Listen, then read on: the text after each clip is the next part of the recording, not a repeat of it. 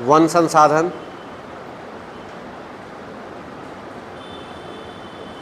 पशु संसाधन, जल संसाधन, पशु संसाधन, जल संसाधन। ठीक है। मानव बोल सकते, देखिए मानव को इसलिए नहीं ले रहे हैं क्योंकि मानव का हम लोग यूज़ कर रहे तब वो संसाधन बन रहा है। बाकी आप देखिए मृदा के बिना आपका काम नहीं होगा, जल के बिना आप नहीं रह पाइएगा, पशु के बिना नहीं रह पाइएगा। मतलब कहने का अर्थ है कि पारिस्थितिकी में भी हम लोग काम हो रहा है, लेकिन मानव हम लोग बनाए हैं मानव को संसाधन, इसलिए डायरेक्ट लिखना उचित नहीं है। लिखने के लिए लिख सकते हैं लेकिन दिक्कत नहीं होगा। और उसके बाद डैश देके ऊर्जा संसाधन में, उसी में आगे कॉमा देके ऊर्जा संसाधन में कोयला, पेट्रोल या पेट्रोलियम, प्राकृतिक गैस। ठीक है।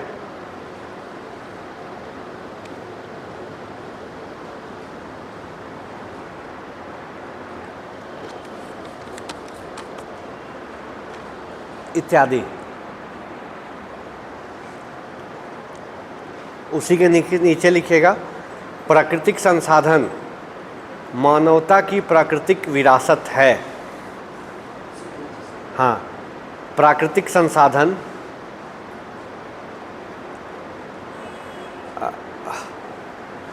उदाहरण यहाँ पे लिखे, अगर जगह होगा तो एक खनिज संसाधन लिख लीजिएगा, छूट गया खनिज संसाधन।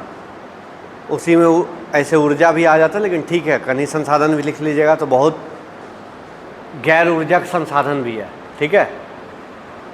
जैसे खनिज संसाधन में गैर ऊर्जा संसाधन क्या हो गया, यानी वे खनिज जिससे हमसे ऊर्जा प्राप्त नहीं होता है। उदाहरण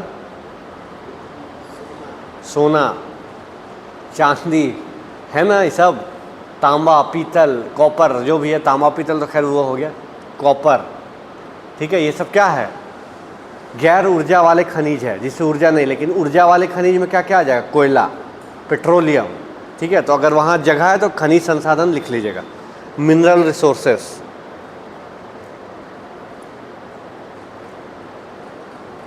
उसी तरह एक भूमि संसाधन भी हो सकता है, भूमि संसाधन। ठीक है। लिखे प्राकृतिक संसाधन मानवता की प्राकृतिक विरासत है।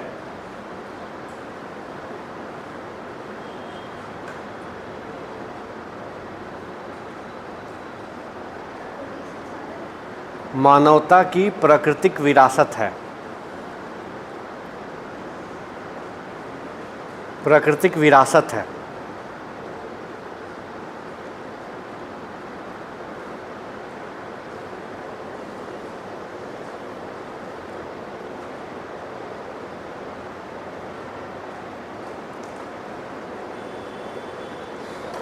ठीक है। आगे फिर लिखिएगा मुख्यतः प्राकृतिक संसाधन को दो भागों में बांटा जाता है।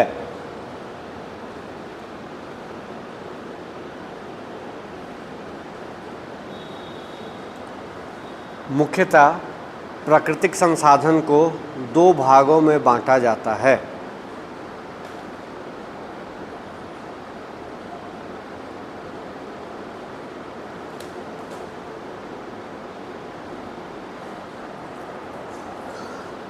पहला नंबर नवीकरणीय संसाधन,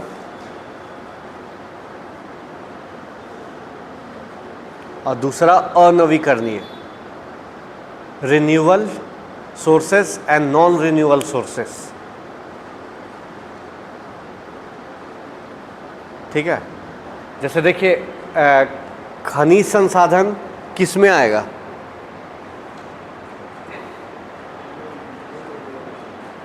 हाँ, खनिज संसाधन अनवीकरणीय में आएगा, क्योंकि हम खनिज भी बना नहीं पाएंगे, बहुत मुश्किल है, बहुत मुश्किल।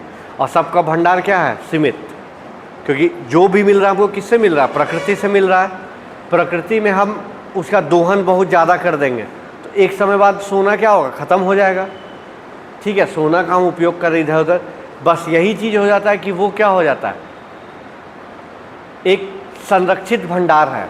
हम पृथ्वी से निकाले तो उसको खा नहीं जा रहे या बर्बाद नहीं कर रहे, वो क्या हो रहा है, उसको क्या बोलेंगे, आभूषण बना दे रहे हैं। तो आभूषण बन के भी क्या हो गया, रखा गया। तो सोना मौजूद रहेगा, लेकिन सोना को वापस बनाना बहुत मुश्किल है। भले हम लोग आर्टिफिशियल गोल्ड बना सकते हैं, सुने ना, जैसे जर्मन सिल्वर ये सब सुने ना, क्या हो गया, प्योर चांदी तो वो नहीं है, लेकिन अलग अलग तत्व मिला के बना दिए। तो सोना भी मिलता है, उसमें पीतल मिला दीजिए बहुत सारा, तो क्या हो जाएगा, सोना। बहुत जगह देखिए पीतल का भी ज्वेलर्स मिलता है ना। जो अगर जानकारी नहीं हो तो ज्वेलरी क्या करेगा, बेवकूफ़ बना सकता है। इसीलिए सोना का जब भी सामान लिया जाता है तो क्या बोलता है, हॉलमार्क का निशान, जो भारत सरकार द्वारा ऑथराइज्ड है कि ठीक है आप 22 कैरेट का आपको हम दे रहे हैं। नहीं तो 9 कैरेट का भी सोना आता है, उसमें क्या होगा, वो बहुत कमज़ोर वाला सोना होगा, ठीक है, वो हो सकता है पहनते के साथ टूट जाए। फिर बहुत सारा में क्या होगा, पीतल ऐड हो जाता है, फिर बहुत सारा चीज़ है जो ऐड हो जाता है जिससे आपको पता ही नहीं चलेगा। इसीलिए ना बोल जाता है हर चमकता चीज़ सोना नहीं होती, क्योंकि चमक रहा है इसका मतलब जरूर थोड़ी सोना, पीतल भी वही कलर का हो जाता होता है ना। तो इसीलिए बहुत सारा ऐसा भी तत्व है जो सीमित भंडार है, जिसको बनाना बहुत मुश्किल है। हम लोग लोहा बना पाएंगे, प्रकृति ही से ना हम लोग उसको बना पा रहे हैं, अपने से तो नहीं कुछ कर पा रहे, तो दिक्कत है। इसीलिए बहुत सारा खनिज संसाधन में भी मुश्किल है।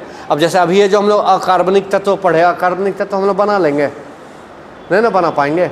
कैसे लाएंगे हम लोग फास्फोरस, जो है तो वही ना यूज़ कर रहे हैं। सोडियम कहाँ से लाएंगे? अगर मान लीजिए आपके पास सोडियम का भंडार खत्म हो रहा है तो आप भले कर सकते हैं कि समुद्र में जो लवण है उसमें सोडियम की मात्रा, तब आप उसको क्या किए, वहाँ से निकालें, हो सकता है। बहुत सारा ऐसा यौगिक विद्यमान है पृथ्वी पर जिसको तोड़ के रिफाइन करके ये करके वो करके हम लोग तत्व प्राप्त कर सकते हैं। लेकिन ऐसा भी नहीं ना करना है कि इतना कॉस्टे लग जाए कि वो मेरे कामे का नहीं हो। जैसे नाभिकीय ऊर्जा ठीक है, ऊर्जा देता है, लेकिन क्या है उसका कॉस्टिंग बहुत ज़्यादा हो जाता है, उसको बनाने में बहुत समय लग जाता है, इसका कोई फ़ायदा नहीं है। अभी देखिए चाहे तो हम लोग सब कोई क्या कर सकते हैं, सौर ऊर्जा का उपयोग कर सकते हैं ना, क्यों नहीं कर रहे हैं? बहुत ज़्यादा पैसा लग जाएगा, उतना एफर्टे नहीं कर पाएंगे हम लोग। इसलिए क्या करते हैं, अरे सीधा तार जा रहा है उससे अपना कनेक्शन ले लो, बल्ब जलाएंगे, 100 200 500 जो भी बिजली बिल आएगा दे देंगे, यही है। लेकिन इसीलिए अभी भारत सरकार क्या कर रहा है, सौर ऊर्जा पे कार्य कर रहा है, वो सब्सिडी दे रहा है कि आप अपना छत पे या जो भी आपके पास जगह वहाँ क्या लगाइए, सोलर पैनल लगा लीजिए, जितना आप यूज़ कीजिए। अगर आपके पास ज़्यादा हो रहा तो आप हमको बेच दीजिए, हम खरीद भी लेंगे। तो सरकार ये नियम लगाया, पोस्ट ऑफिस में जाइए पता कीजिए, शुरुआती में पैसा आपको लगाना होगा, 70,000 मिनिमम है। 70,000 आप लगा के अपना पैनल बिछाइए, एक्सपर्ट आके सब बता देगा, करवा देगा, उसके बाद सरकार क्या करेगा, आपको पैसा दे देगा। तो ये काम हो रहा है, लेकिन अभी चूँकि सबके बस का बात नहीं है। जैसे इलेक्ट्रिक वाला स्कूटर है ना बाज़ार में, लेकिन क्या है थोड़ा अभी कॉस्टली है, कॉस्टली के साथ साथ उसका उपयोगिता भी क्या बोल सकते हैं, उस पर विश्वास नहीं बहुत जन कर रहा है कि ले लिए 1 लाख का, पता चला 21 साल में ख़त्म हो गया, फंस जाएंगे। लेकिन पेट्रोल वाला जो लेंगे वो कम से कम 30 साल तक खींच रहे हैं ना, या लेते तो 20 साल तो पक्का खींचते हैं, क्योंकि उनको पता है ठीक है भाई 100 रुपये पेट्रोल लगेगा चलेगा। लेकिन अगर स्कूटर वाले ले लेंगे तो आपका देखिए खर्च बहुत कम हो जाएगा, बहुत कम। लेकिन चूंकि अभी विश्वसनीयता नहीं है, इसलिए कार आ रहा है, टाटा भी लॉन्च कर रहा है अभी, तो जब तक विश्वसनीयता नहीं बढ़ेगा, थोड़ा कॉस्ट कम नहीं होगा, पब्लिक का एफर्ट से बाहर है, एकदम बाहर है। जब तक आप देखिए आपके पास पैसा होता है तभी आप पौष्टिक चीज़ खा पाएंगे, नहीं तो नहीं खा पाएंगे। फल सबके पहुंच का चीज़ है, जबकि फल में क्या है, डायरेक्ट विटामिन है, प्रोटीन है, जो भी है सब है। बाकी जो हम लोग वनस्पति खा रहे उसमें बहुत बार हो सकता है डायरेक्ट नहीं मिले, सिर्फ पेट भरने का चीज़ हो। लेकिन फल आप खाइए, देखिए डायरेक्ट एनर्जी मिलता है ना। कोई बीमार पड़ता है क्यों बोल जाता है फल खिलाइए, क्यों नहीं बोलता चावले खिलाइए, होता है ना। तो अब जब तक वो कब पॉसिबल है, जब हमारे पास क्या है, पैसा है, वो संपदा संसाधन है, तब ना आप ले पाइएगा, नहीं तो नहीं ले पाइएगा। तो इसीलिए सब चीज़ है, वैकल्पिक स्रोत उपलब्ध है, लेकिन वैकल्पिक स्रोत मानवीय पहुंच तक हो तब तो। अभी स्वच्छ पानी पीने के लिए सब क्या है, मुश्किल से पी पा रहे हैं ना। सोच लीजिए ये स्थिति हो गया कि हम लोग को पानी भी खरीद के पीना पड़ रहा है। ठीक है, एक तरफ ये आपको क्या दिखाएगा, आपका स्टैंडर्ड दिखा रहा है कि देखिए पानी भी हम फ्री में नहीं पी रहे, बोतल वाला पी रहे, ठीक है। आपका इकोनॉमिकल डेवलपमेंट बहुत है, आप दिखा रहे हैं, लेकिन फिर भी पानी क्या है, प्राकृतिक रूप से हमें मिला हुआ है, जिसमें आपको पैसा देने की भी ज़रूरत नहीं है, आप ऐसे भी पी सकते हैं। लेकिन चूंकि कंडीशन ऐसा हो गया कि बिना पानी का बहुत मुश्किल है। अभी आप देख लीजिए, कहीं बाहर जाते हैं घूमने के लिए, पानी मिलता है, बोतल ही लेना पड़ता है, आपको ख़रीदना पड़ता है। ट्रेन में देख लीजिए, है ना, बस में देख लीजिए, या ऐसे भी कहीं चल जाइए दूर तो आपको पानी ही नहीं मिलेगा, तो दिक्कत है। और वही देखिए चाइना क्या कर रहा है, हिमालय का ग्लेशियर को सप्लाई कर रहा कहाँ, अमेरिका में। तो अलग अलग है, उन लोग को चाहिए वही प्योर पानी हमको पीना, तो पी रहे। अभी भी आप लोग न्यूज़ में देखते होंगे, अभी गर्मी, बहुत जगह पानी सप्लाई नहीं है, कुआं एकदम सूख गया है, नीचे पूरा मिट्टी वाला पानी है, लेकिन उसी को लेने के लिए मजबूर है। तो इसीलिए कौन सा एक भारत सरकार का योजना आया है पानी को लेके,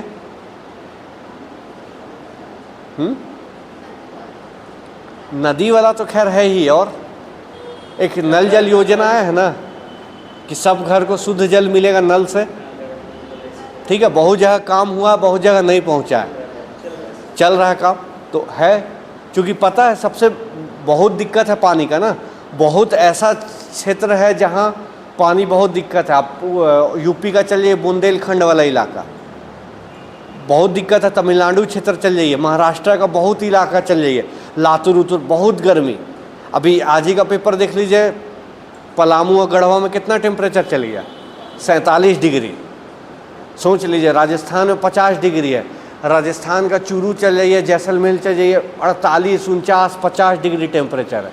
सोचिए तो पानी का क्या स्थिति होगा, जब यहाँ हम लोग 40 डिग्री में पानी का हाहाकार हो जा रहा है, तो दिक्कत है। चूँकि आबादी बढ़ रहा है, तो इसलिए अगर संसाधन हमारे पास मौजूद है, वैकल्पिक स्रोत है, तो सब कुछ ठीक है। वैकल्पिक स्रोत नहीं है तो दिन ब दिन क्या होगा, महंगाई भी बढ़ेगा, संसाधन भी हमसे छूटते जाएगा, छूटेगा ना। कारण यही है, इसलिए सब चीज़ को इसीलिए बोले, अगर औद्योगिक सेक्टर तरफ ध्यान दिया गया होता तो क्या होता, रोजगार के लिए भटकना ना पड़ता। अगर HEC अभी ठीक स्थिति में होता तो रोजगार मिलता ना। अब ऐसा थोड़ी है, जो 1958 वाली स्टार्ट हुआ, 63-64 में बनना स्टार्ट हुआ था ना, उस समय वाला आदमी अभी तक काम कर रहा है। बहुत जन रिटायर किया होगा, ठीक है, कंप्लीट होते हुए 60 साल होने जा रहा, 50 साल होने जा रहा है ना, 60 साल हो गया। 60 साल में रिक्रूटमेंटे नहीं होता, होता है नहीं होता। बोकारो वाला का निकलता है, स्टील प्लांट का वैकेंसी बहुत कम निकलता है, निकलता तो बड़े बड़े, यानी भेल में जो इंजीनियरिंग लेवल पे निकलता है वही ना निकलता है। सिर्फ इंजीनियर का तो काम नहीं, बहुत काम है ना वहाँ, लेकिन नहीं होता। HEC का कभी बहाली देखे झारखंड में, अगर और भी कोई भी कारखाना उसका देखे, नहीं देखे। एक गोमिया में कौन सा कारखाना है, विस्फोटक कारखाना देखे उसका।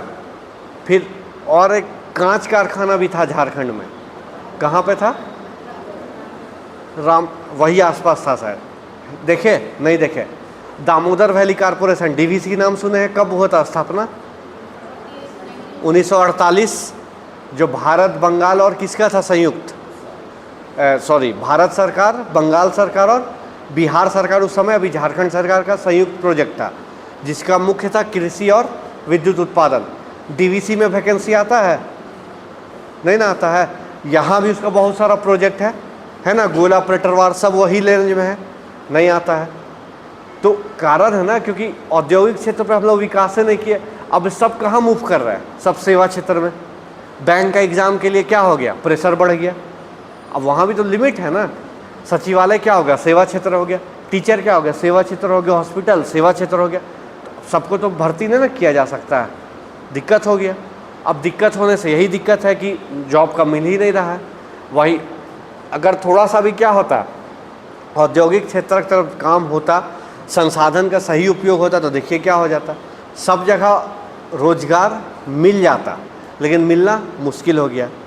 अब निजी जो है, निजी क्यों लेगा सबको, उसको तो पैसा ना कमाना है, वो ऐसा थोड़ी ले लेगा। उसके पास स्किल रहेगा तो लेगा, नहीं लेगा तो नहीं रहेगा। तो ये सब बहुत सारा चीज़ है जो नहीं देखा गया, नहीं सोचा गया, जिस कारण सब स्थिति खराब हो गया। अगर मान लीजिए सीमेंट फैक्ट्री भी चालू होगा तो वहाँ का कुछ लोगों को तो नौकरी मिलेगा। अभी क्या वो घर में बैठे हुए, नौकरी का नहीं है। चीनी मिल अगर स्टार्ट होगा तो नौकरी मिलेगा ना, चीनी जब सप्लाई ज़्यादा होने लगेगा तो दाम क्या होगा, कम होगा, तो सबके लिए सुविधा हो गया। तो यही सब चीज़ है।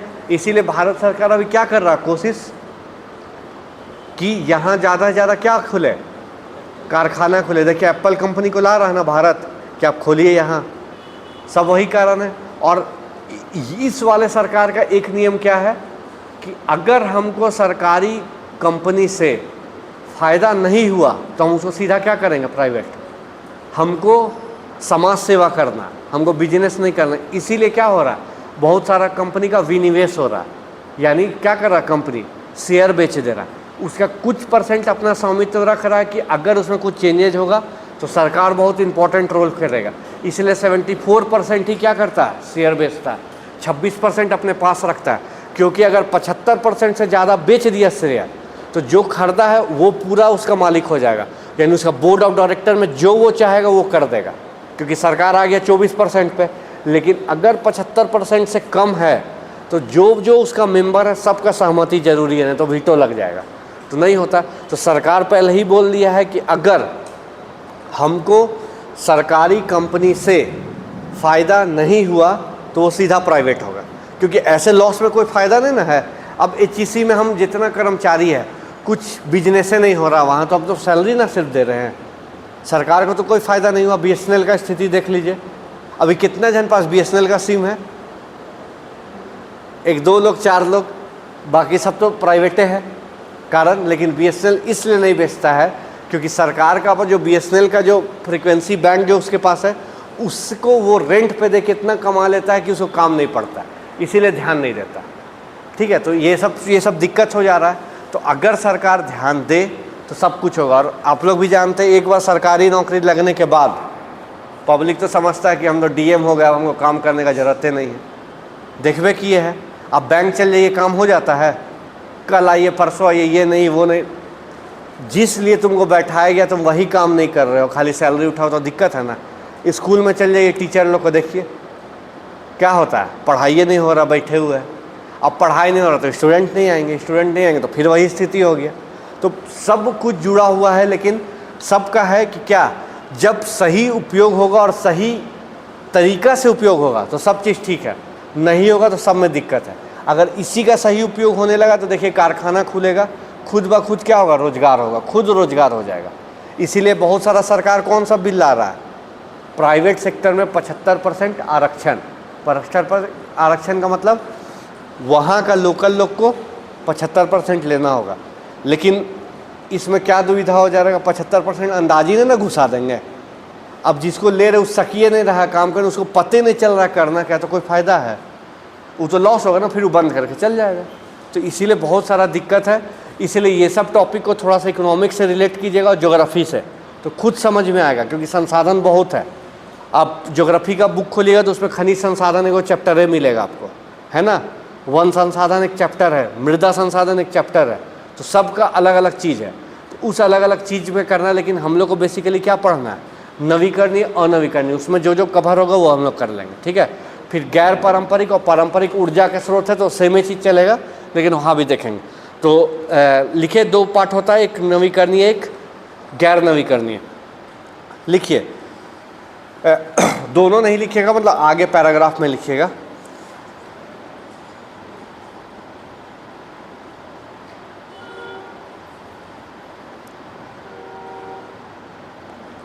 वर्तमान समय में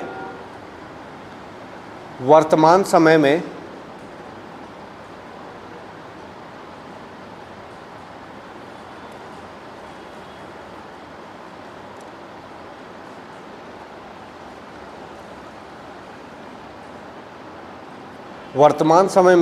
नवीकरणीय संसाधन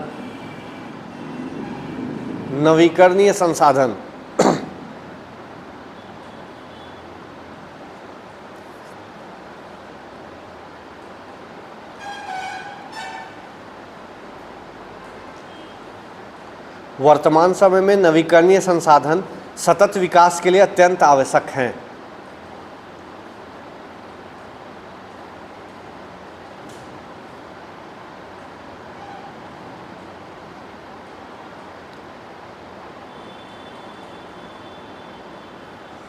परंतु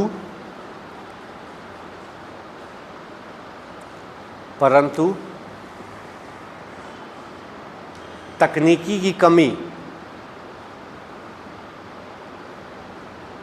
की कमी लैक ऑफ टेक्नोलॉजी, तकनीकी की कमी और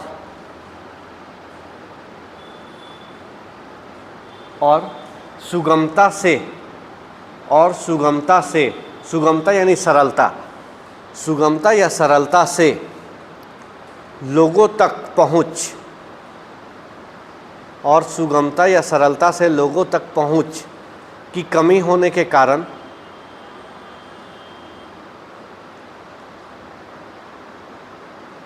अभी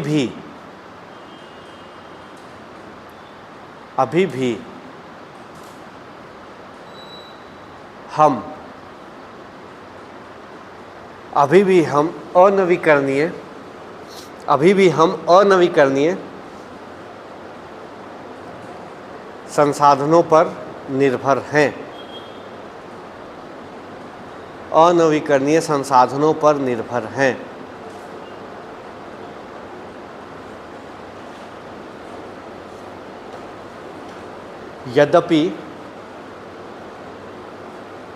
यद्यपि वर्तमान में दोनों यानी नवीकरणीय और अनवीकरणीय, वर्तमान में दोनों अर्थात नवीकरणीय और अनवीकरणीय संसाधनों का प्रयोग हो रहा है।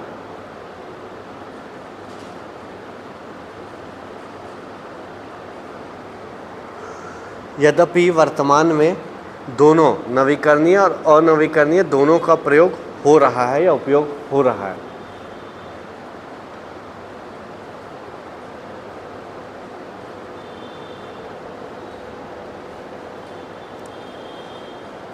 अतः हमें संसाधनों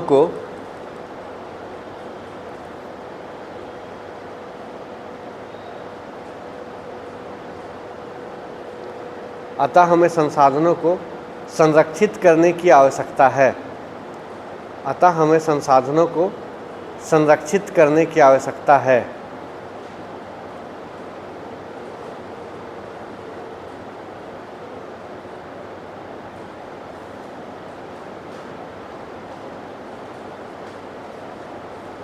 उनके सही उपयोग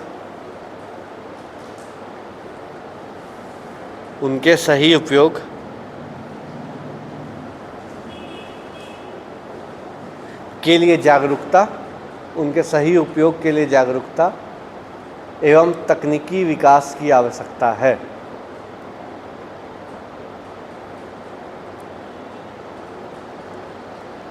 जागरूकता एवं तकनीकी विकास की आवश्यकता है।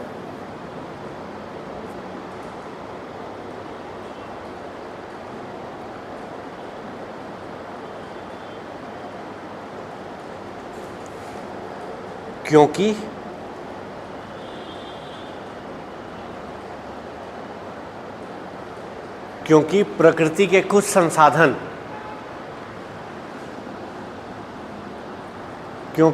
या ऐसे लिख लीजिए कुछ प्राकृतिक संसाधन, क्योंकि कुछ प्राकृतिक संसाधन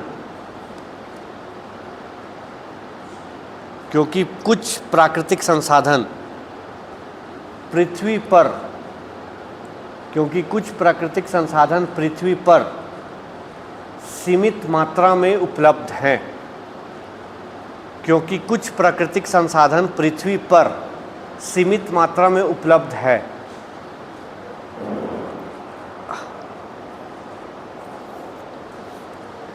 अतः इनका उपयोग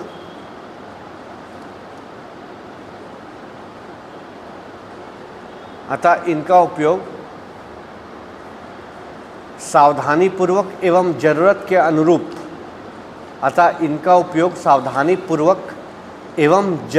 के अनुरूप होना चाहिए।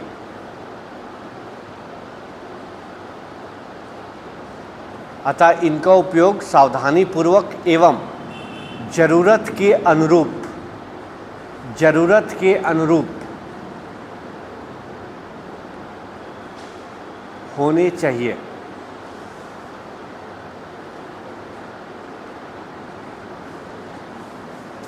ठीक है। अब नंबर 1 लिखिएगा, नवीकरणीय संसाधन।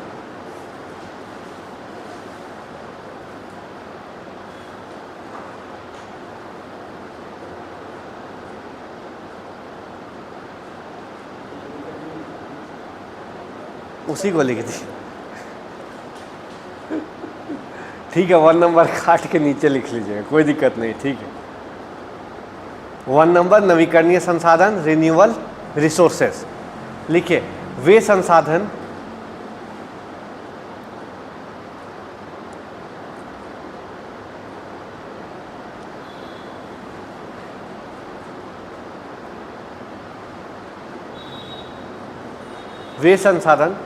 जिनका पुनर्चक्रण, वे संसाधन जिनका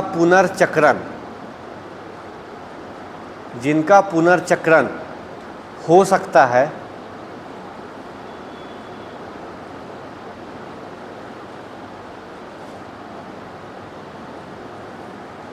या जिनका प्रयोग बार बार किया जा सकता है,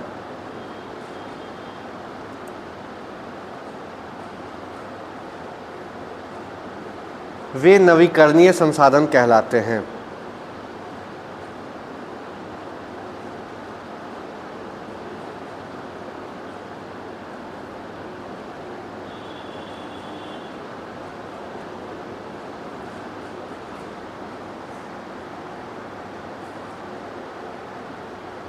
वे नवीकरणीय संसाधन कहलाते हैं। एक निश्चित समयावधि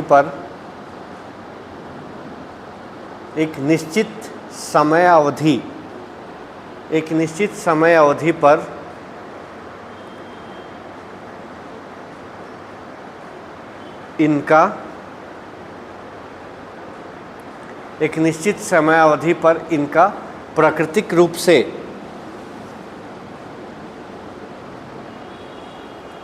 पुनर्भरण हो जाता है। प्राकृतिक रूप से पुनर्भरण हो जाता है, यानी पूरा वापस आ जाएगा। पुनर्भरण हो जाता है। कहने का क्या अर्थ है?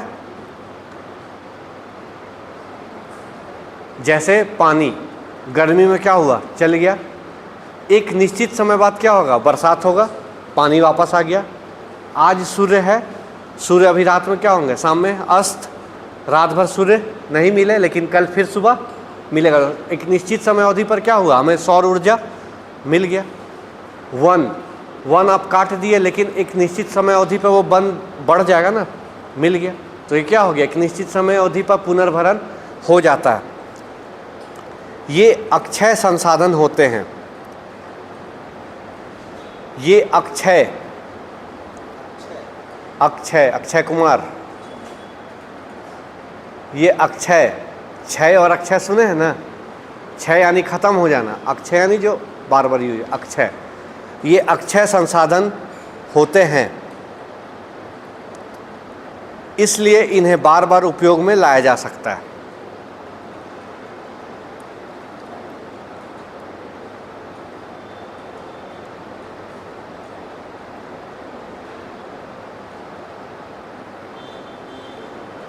ये अक्षय संसाधन होते हैं, इसलिए इन्हें बार बार उपयोग में लाया जा सकता है। ठीक है, ठीक है। इसको कल कंटिन्यू करें, कल ही ख़त्म हो जाएगा, ज़्यादा बड़ा नहीं, छोटा छोटा चीज़ें ख़त्म हो जाएगा। अब खाली इसका क्या करना है, ये लिखना आपको प्रकार। ठीक है, हेलो, हाँ हाँ, गुड इवनिंग, गुड आफ्टरनून, बोलिए। हाँ हाँ बोलिए। कल जैसा आप बोलिए, आप ही के अकॉर्डिंग हम चलेंगे। नहीं नहीं, सही बता रहे हैं, आप ही के अकॉर्डिंग चलेंगे।